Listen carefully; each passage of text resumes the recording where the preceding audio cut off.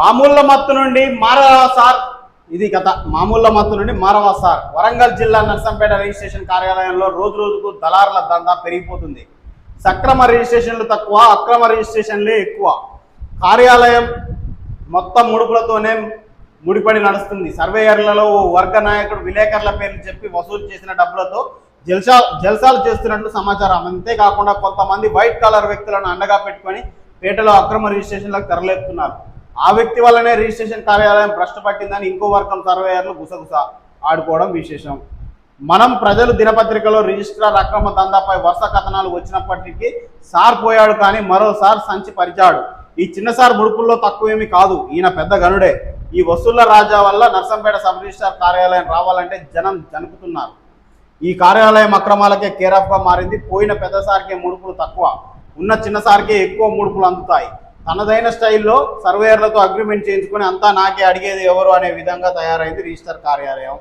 Register అక్రమాలపై జిల్లా వ్యాప్తంగా విచారణ చేపట్టిన అధికారులు పేటలో పేరుకుపోయిన అక్రమ రిజిస్ట్రేషన్పై విచారణ చేపట్టలేకపోతున్నారు. ఇప్పటికైనా అధికారులు విచారణ చేపట్టి రిజిస్టర్ అక్రమాలపై విచారణ జరిపి చర్యలు తీసుకోవాలని ప్రజలు కోరుతున్నారు. ఇది కథ. నర్సంపేట రిజిస్ట్రేషన్ ఆఫీస్ కార్యాలయంలో దందా ఇట్లుంది. ఒక ఆయన బీభత్సంగా వసూలు చేస్తుండని వరుస కథనాలు వేస్తే ఆయన పోయిండు, ఇంకొక ఆయన వచ్చి ఇంకా బిర్రు వసూలు చేస్తుండట.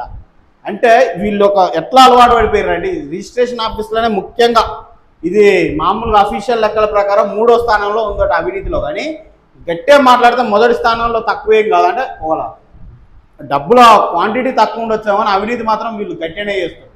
సబ్ రిజిస్ట్రార్కు లంచం తీసుకోకుండా ఒక ఫైల్ చేయాలంటే పాపం పానం పోయినంత పని అవుతుంది. 4 రోజులు ఆపనని ఆపుతాడు కానీ రిజిస్ట్రేషన్ మాత్రం చేయడయా. ఈ ఒక్క నర్సంపేట కాదు, మొత్తం తెలంగాణలో అదే పరిస్థితి. నువ్వు ఏ జిల్లాకు పోయినా ఎక్కడ సబ్ రిజిస్టర్ ఆఫీస్ చూసినా గిదే దందా నడుస్తుంది. ఇలా అసలు దాచే విషయమే లేదు, చిన్నగా మాట్లాడే అవసరమే లేదు. లంచం లేకుండా రిజిస్ట్రేషన్ అయిన ఫైళ్ళు ఇంపాసిబుల్. 1, 2 అవి కూడా చిన్న చిన్నవి.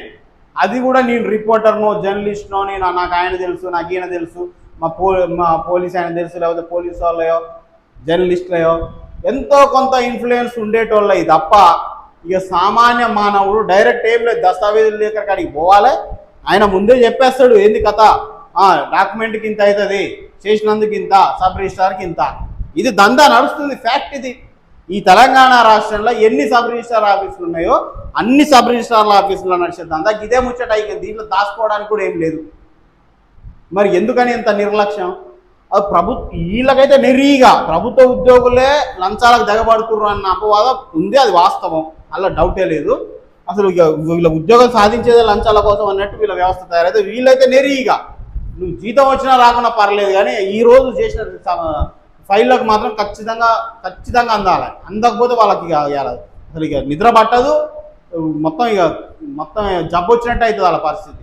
అసలు ఆ రోజు ఆఫీస్కి రాకుండానే ఉంటారు, కానీ లంచం లేకుండా ఫైల్ చేయాలంటే మాత్రం వాళ్ళకు నిద్ర పట్టదు, ఇక సహించదు కడుపులా.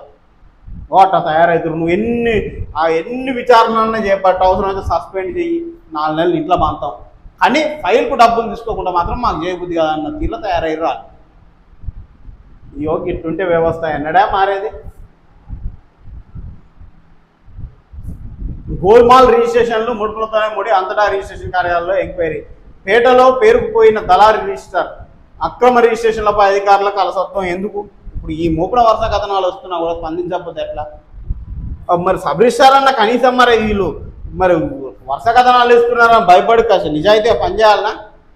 అంటే మమ్మల్ని ఏం చేస్తారా, మమ్మల్ని ఏ అధికారి ఏం చేయలేడన్న అహంకార ధోరణిలో నడుస్తుంది వాళ్ళ వ్యవస్థ.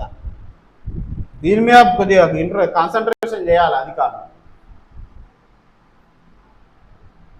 పోక్సో కేసు బండి భగీరథకు సిట్ నోటీసులు. మైనర్ బాలికపై లైంగిక దాడి ఆరోపణల కేసులు. రేపు మధ్యాహ్నం విచారణకు హాజరు కావాలని నోటీసులు. కేసులు సీరియస్గా తీసుకున్న రాష్ట్ర ప్రభుత్వం.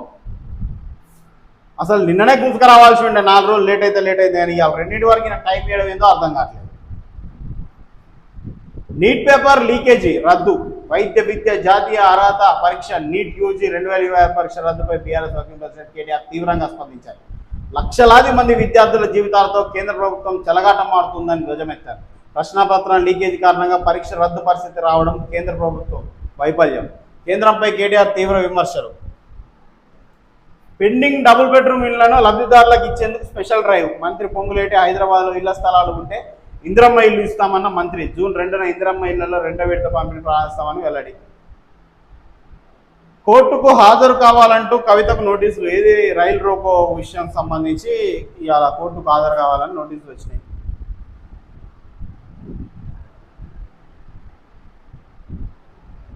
బీసీలకు 42% రిజర్వేషన్లు కల్పించాలని డిమాండ్తో రైలు రోకో కవితపై కేసు నమోదు చేసిన రైల్వే పోలీసులు విచారణకు రావాలంటూ Secunderabad second judicial magistrate of first class court సమన్లు ఇచ్చింది.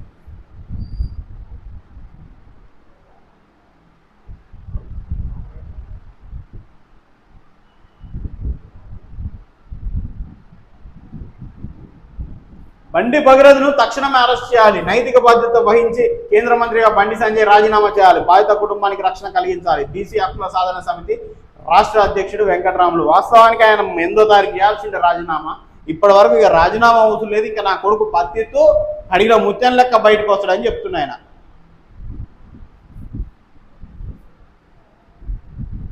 వర్ధన్నపేట మున్సిపాలిటీ పట్టణ ప్రజలకు 5 రోజులుగా తాగునీటి కష్టాలు. మున్సిపల్ అధికారులపై ఆగ్రహం వ్యక్తం. గుప్త నిధులు తవ్వకాల కోసమే శివాలయాన్ని కూల్చారు. వెంటనే నిధులు రికవరీ చేయాలి. స్కూల్ నిర్మాణాన్ని వెంటనే ప్రారంభించాలి. కాకతీయులు నిర్మించిన చారిత్రక శివాలయాన్ని కూల్చిన వారిపైన క్రిమినల్ కేసు నమోదు చేయాలని ఖానాపురం పోలీస్ స్టేషన్లో ఫిర్యాదు చేసిన ఖానాపూర్ మండల బీఆర్ఎస్ పార్టీ శ్రేణులు. పర్వతగిరి మండలం జనాభా లెక్కల హౌస్ లిస్టింగ్ ప్రక్రియను పరిశీలించిన వరంగల్ సిపిఓ చంద్రకళ. హమాలీలకు అండగా నిలిచిన జఫర్గఢ్ లయన్స్ క్లబ్. కథల ద్వారా పిల్లల్లో సృజనాత్మక వికాసం. లీడ్ ఎడ్జ్ ఫెస్ట్లో స్టోరీ టెల్లింగ్ పోటీలకు విశేష స్పందన. పిల్లల్లోని ఆలోచన శక్తి, ఊహాశక్తి, సృజనాత్మకతకు వెలికి తీయడంలో కథలు ఎంతో కీలక పాత్ర పోషిస్తాయి. లీడ్ ఎడ్యుఫెస్ట్ నిర్వాహకులు కాసుల శోభారాణి పేర్కొన్నారు. లీడ్ ఫౌండేషన్ ఆధ్వర్యంలో నిర్వహిస్తున్న లీడ్ ఎడ్యుఫెస్ట్లో భాగంగా నిర్వహించిన స్టోరీ టెల్లింగ్ మరియు చేతిరాత పోటీలకు విద్యార్థుల తల్లిదండ్రుల నుండి అపూర్వ స్పందన లభించింది. వాస్తవానికి మనం ఇట్లా విజువల్స్ చూపెట్టడం కన్నా పిల్లలకు కథల రూపంలో ఎక్కువ స్టోరీలు ఇవ్వాలి. ఇచ్చినప్పుడు వాళ్ళ ఒక సెల్ఫ్ ఇమాజినేషన్ అనేది ఇంప్రూవ్ అవుతుంటుంది వాళ్ళలో. ఇప్పుడు నువ్వు డైరెక్ట్ ఇప్పుడు దాదాపుగా 90, 80, 70 జనరేషన్ వాళ్ళంతా ఇవన్నీ లేవు. పాఠ్య పుస్తకాలలో సార్ పాఠం చెప్తుంటే ఇమాజిన్ చేసుకోవడమే. అది ఫిజిక్స్ అయినా ఏదైనా మానవ శరీర నిర్మాణం గురించి చెప్పినా దేని గురించి చెప్పినా చెప్తుంటే మనం ఏంది విజువలైజ్ చేసుకుంటాం మైండ్లో. ఓహో ఇట్లుంటుందేమో చిన్నప్పటి నుంచి. ఇప్పుడు ఏమవుతుంది, ఈ డిజిటల్ ఎడ్యుకేషన్ సరే ఒక రకంగా మంచిదైనా కూడా ఎంతో కొంత పిల్లలకు ఈ స్టోరీ టెల్లింగ్ అనే దాని మీద ప్రత్యేక శ్రద్ధ పెట్టాలి. కథ చెప్తున్నప్పుడు నువ్వు ఏదన్నా ఒక అంశాన్ని వివరిస్తున్నప్పుడు ఆయన మైండ్లో ఇమాజిన్ చేసుకుంటాడు ఆ అంశాన్ని. ఆయనకు అనుగుణంగా ఆయనకు ఎట్లా వీలవుతుందో అట్లా ఆయనలో విజువలైజేషన్ పవర్ అనేది పెరుగుతుంటుంది. నువ్వు డైరెక్ట్ డిజిటల్ స్క్రీన్ మీద చూపెట్టి ఇది అనగానే ఆయన వేరేది ఎందుకు ఉపయోగించుకుంటాడు. నువ్వు డైరెక్ట్ చూపెట్టాక ఇమాజినేషన్ పవర్ అనేది తగ్గిపోతుంటుంది పిల్లలు.